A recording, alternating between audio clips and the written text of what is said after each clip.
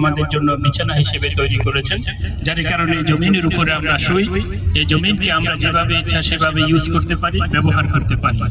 আমাদের উপরে যে আসমান রয়েছে, আসমান সম্পর্কে আল্লাহ রাব্বুল আলামিন সূরাতুল মুলকে বলছেন যে আল্লাযী খালাকা সাবআ সামাওয়াতিন তিবাকা মা তারা ফি খালকির রহমান মিন তাফাউতিন ফারজি'ল বাসারা হাল তারা মিন ফুতুর সুম্মা রজি'ল বাসারা কাররাতাইন ইয়ানকালিবু ইলাইকাল বাসারু খাসিয়ান ওয়া হুয়া হাসীর।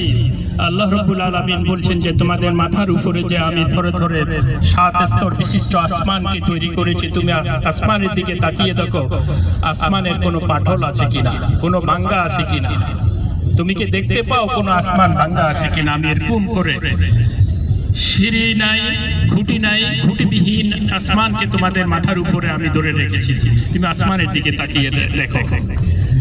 আল্লাহ রাব্বুল আলামিন কোরআনে হাকিমে আরো বলছেন আফালা ইয়ানজুরুনা ইলাল ইবিলি কাইফা খুলিকাত। তোমরা কি দেখো না যে আমি উটকে কিভাবে তৈরি করেছি? ওয়া ইলাস সামাই কাইফা রুফিআত, আমি কিভাবে আসমানকে ধরে রেখেছি তোমাদের মাথার উপরে। ওয়া ইলাল জিবালি কাইফা নুসিবাত, আমি কিভাবে পাহাড়কে ধরে রেখেছি। ওয়া ইলাল আরদি কাইফা সুতিহাত, কিভাবে আমি জমিনকে ধরে রেখেছি। দেখো প্রিয় হাজিরিন, ভাই এবং বোনেরা, আল্লাহ রাব্বুল আলামিন এই সকল উদাহরণ আমাদেরকে দিয়েছেন এই কারণে যেন আমরা আল্লাহ রাব্বুল আলামিনের তাওহীদ, একাত্ম এবং মহত্ব যেন ঘোষণা করতে পারি সুন্দর করে। আমরা আল্লাহ রাব্বুল আলামিন যে কারণে আমাদেরকে তৈরি করেছেন তার লক্ষ্য এবং উদ্দেশ্যকে যেন হাসিল করতে পারি। আল্লাহ রাব্বুল আলামিন আমাদেরকে তৈরি করেছেন তার ইবাদতের জন্য। মূলত এই জমিন ইবাদত করছে, এই চন্দ্র সূর্য সকলেই মূলত ইবাদত করছে,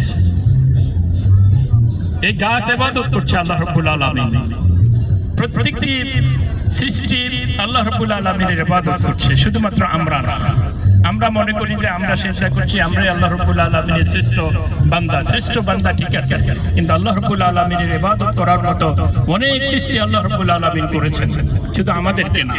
কিন্তু আল্লাহ রাব্বুল আলামিন আমাদেরকে ঘোষণা দিয়েছেন কুনতুম খায়রা উম্মাহ উখরিজাত লিন-নাস তা'মুরুনা বিল মা'রুফ ওয়া তানহাউনা আনিল মুনকার। তোমরাই হচ্ছ সবচেয়ে শ্রেষ্ঠ জাতি আমার কাছে।